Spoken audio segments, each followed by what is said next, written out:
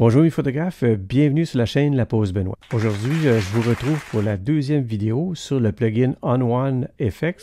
Si jamais vous avez manqué la première vidéo, je vais mettre le lien en haut à gauche de cette vidéo. Aujourd'hui, on va développer une photo avec le menu local ainsi que on va voir les pré-réglages et les filtres que comprend l'interface. Je vous invite aussi dans l'espace commentaires à poser des questions si vous avez des interrogations par rapport à l'utilisation du plugin. Puis j'invite les autres abonnés aussi à participer dans l'espace commentaire, peut-être pour aider ceux qui auraient des problèmes avec le plugin. Alors sans plus tarder, on va se retrouver dans le plugin On1 FX.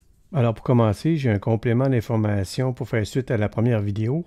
J'avais oublié de mentionner ici en bas à droite, on a les petits icônes pour l'impression.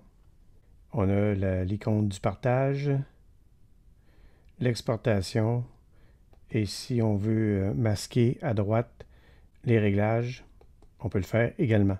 Bon, on voit que la photo ici est prise à la verticale, mais là on la retrouve à l'horizontale. Donc on va aller dans notre outil recadrage et on va venir cliquer sur rotation ici en haut et on va faire sur appliquer. Voilà. Alors, comme je le fais dans tous mes post-traitements, je vais dupliquer mon calque d'arrière-plan. Puis, je vous invite, si vous êtes débutant, de les renommer pour qu'on puisse plus facilement se retrouver.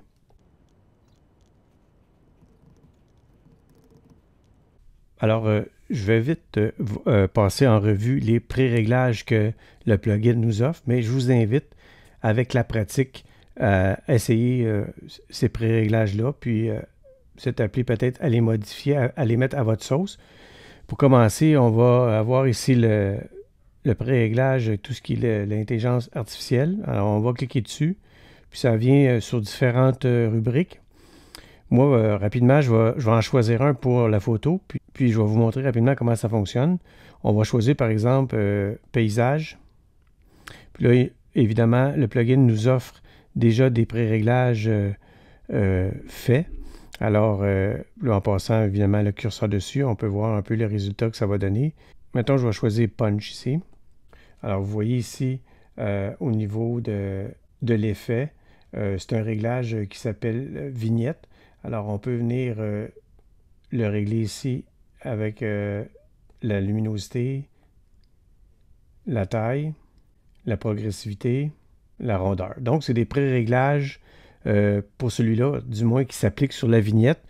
Puis eux autres, ils l'appellent punch. Alors, c'est à vous de voir là, chaque pré-réglage, quel, on va dire, réglage qu'ils mettent dans ce pré-réglage-là. Je vais en prendre un deuxième. Là, je vais l'enlever ici en pesant sur le X. Là, on revient là, avec la photo d'origine. On va cliquer sur Rockies.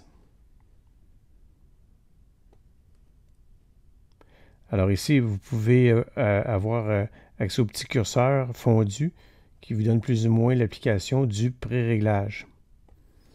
Donc, encore une fois ici, le pré-réglage s'appelle rehausser les tons, mais il s'appelle Rockies, mais dans le fond, le Rockies, il rehausse les tons de la photographie. Donc, en exposition, on peut jouer avec, contraste, ton clair, les ombres, etc. On va revenir au niveau des pré-réglages. Là, par la suite, on peut avoir des pré-réglages, différents pré-réglages dans le noir et blanc. On a l'effet cinéma. Je vais regarder un peu un pré-réglage qui pourrait plus s'appliquer au genre de photos qu'on a à retoucher aujourd'hui. Peut-être au niveau, encore une fois, du paysage. Ou on va essayer le color grade pour voir. Donc, on a plusieurs pré-réglages ici. Bon, on va choisir celui-là parce qu'il faut en choisir un. Voilà. Encore une fois, ici, on l'appelle rehausser les tons. Et on peut venir jouer sur les différents curseurs. Donc, on détermine que le pré-réglage, on l'a ajusté comme il faut. On peut cacher nos pré-réglages ici. Là, évidemment, on peut passer en mode local et ajouter un ajustement local. qui peut s'appliquer, par exemple, moi je vous dirais que ce qui fonctionne bien avec le plugin, c'est quand on choisit tout. Choisir peut-être un pinceau pour venir, un peu comme dans Lightroom, déterminer des sections de la photo où on veut agir. Alors, mettons, si je prends Paint It, je clique sur Appliquer. J'ai mon pinceau ici, je vais juste l'agrandir un petit peu. C'est un petit peu trop grand. Puis, par exemple, je vais venir peindre sur ma sculpture de glace. Là, je vais le faire grossièrement, là. Donc, je viens de créer un masque. Puis, si j'ai débordé, bien, vous venez ici dans le menu, sélectionnez Peindre, et puis là, vous pouvez effacer votre sélection. Ou il y a ici le petit icône que vous pouvez cliquer, où lui, c'est l'intelligence artificielle qui va déterminer très précisément, sans déborder, ou à peu près, surtout quand la photo, la structure est bien déterminée, là, il va venir faire le détourage comme il faut. Bon, une fois qu'on a fait notre masque, mais là, on va pouvoir venir jouer sur nos curseurs pour venir faire l'ajustement.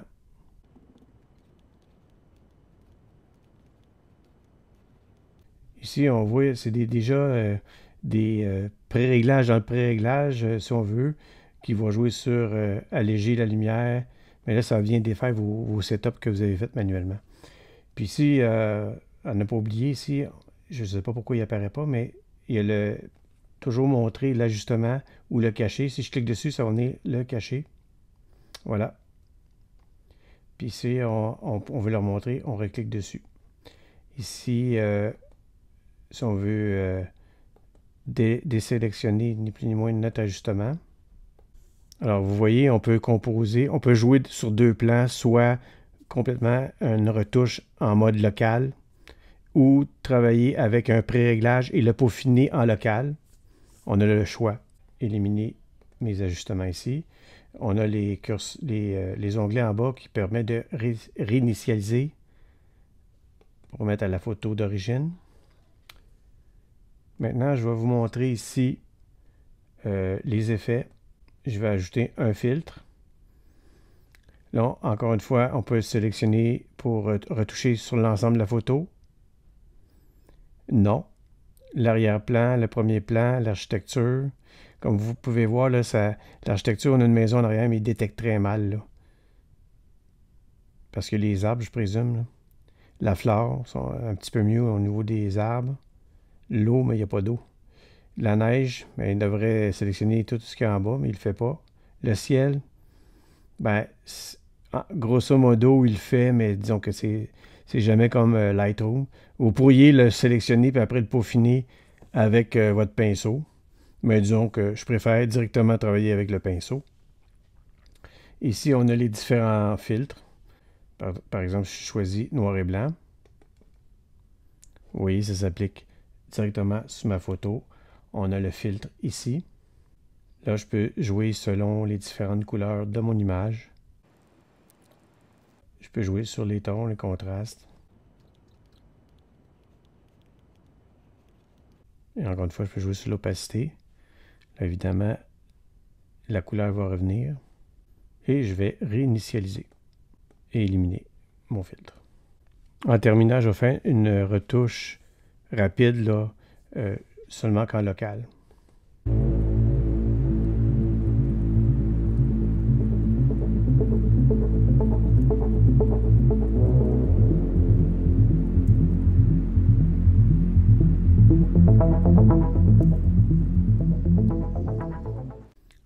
Alors, j'ai changé d'idée parce que je trouvais que dans l'ajustement local, justement, ça ne venait pas rehausser assez la structure ici de glace. Donc, j'ai rajouté un effet Look HDR, mais en venant jouer avec les curseurs de compression, de détail, de clarté. Évidemment, il ne faut pas exagérer, comme je le dis toujours. Mais là, je peux me le permettre. Ça vient donner du punch à mon image. Alors, finalement, je viendrai faire un ajustement avec un filtre d'effet et un ajustement local. Si j'enlève mon ajustement local, par exemple, ça, c'est juste le HDR qui est appliqué. Si je reclique sur mon effet avec mon ajustement HDR et je l'enlève, c'est juste mon ajustement local. Alors, vous voyez quand même, ça vient compléter le processus de la retouche. Là, en terminant, on pourrait venir éliminer les choses indésirables sur la photographie comme dans Affinity Photo. Là, on a une panoplie de... Comme on a vu dans la première vidéo, on a plusieurs outils pour éliminer les objets sur la photo. OK, on va choisir ici la gomme parfaite.